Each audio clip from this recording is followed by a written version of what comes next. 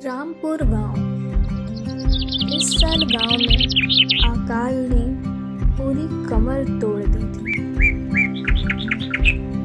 खेत सूख चुके थे। इन्हीं गांव वालों में से एक था मोहन, सीधा साधा मेहनती किसान। घर में बूढ़ी माँ, बीमार पिता और एक छोटी बहन। फसल बर्बाद हो चुकी थी। ऐसे हालात में गांव में रह के क्या ही होगा, काम के लिए बाहर जाना ही पड़ेगा, वरना घर के लोग क्या खाएंगे, पिता की इलाज कैसे होगी। सुबह सुबह मोहन अपने गांव को छोड़ के मधुपुर कस्बे की ओर चलने लगा। काम की तलाश में कोई उसे काम मिल जाए और उसे 2 वक्त की रोटी मिल जाए। जेब में बस 100 रुपए और आंखों में उम्मीद।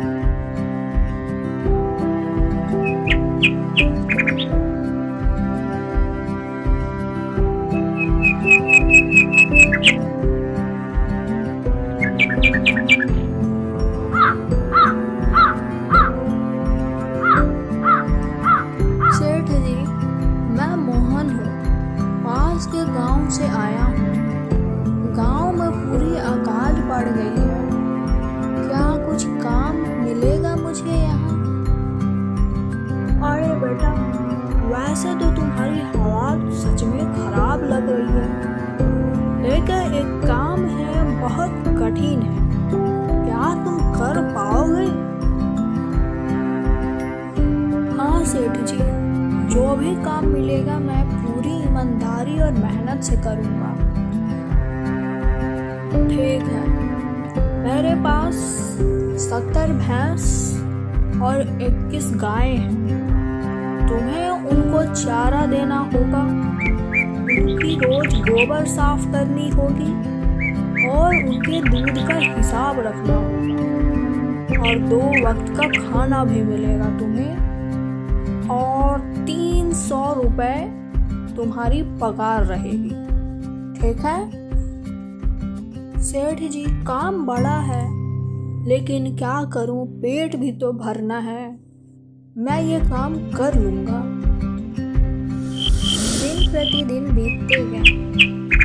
मोहन सुबह उठता, गायों का अच्छे से सेवा करता, उनको चारा देता, गोबर साफ करता, दूध निकालता और हिसाब रखता।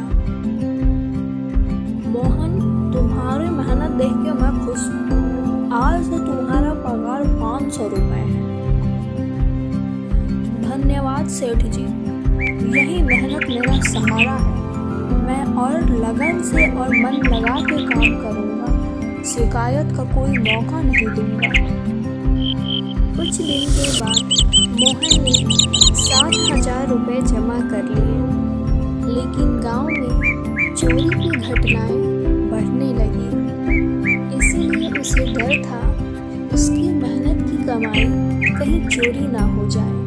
फिर वो क्या लेके अपने घर जाएगा और कैसे उसके दिन कटेंगे। मोहन, इस गांव में एक ही जगह पैसे सुरक्षित रहेंगे, लाला विष्णु दत्त के पास। तुम आज ही उसके पास जाके अपने रुपए जमा कर दो, ताकि तुम्हारे पैसे सुरक्षित रहें।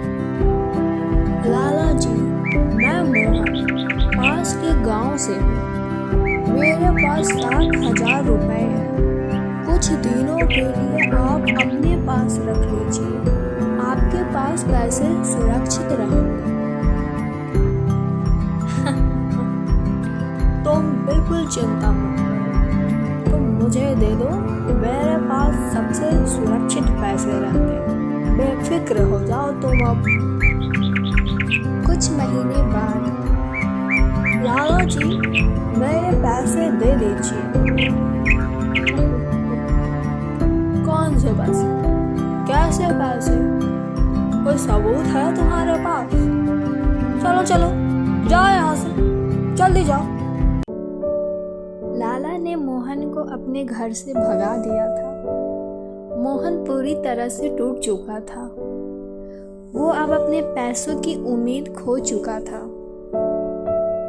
सेठ जी, मैंने आपके कहने पे पैसे रखवाए और मेरे पैसे अब फंस गए। क्या करूं मैं अब? चिंता मत करो मोहन, मेरे पास एक तरकीब है। जो लालच करता है उसे उसका परिणाम जरूर मिलता है।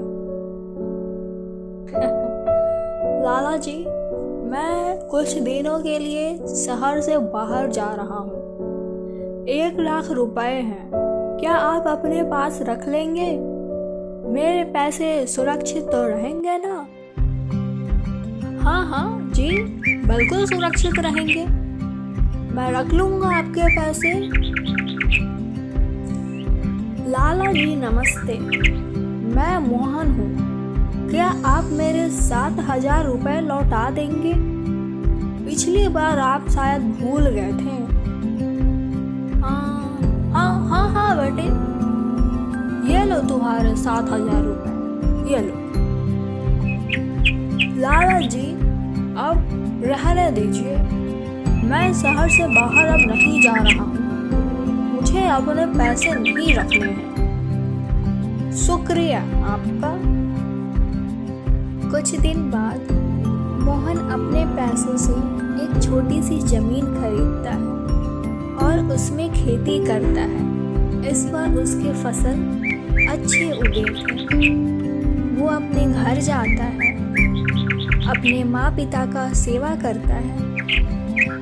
इसीलिए कहते हैं, लालच बहुत बुरी चीज़ है।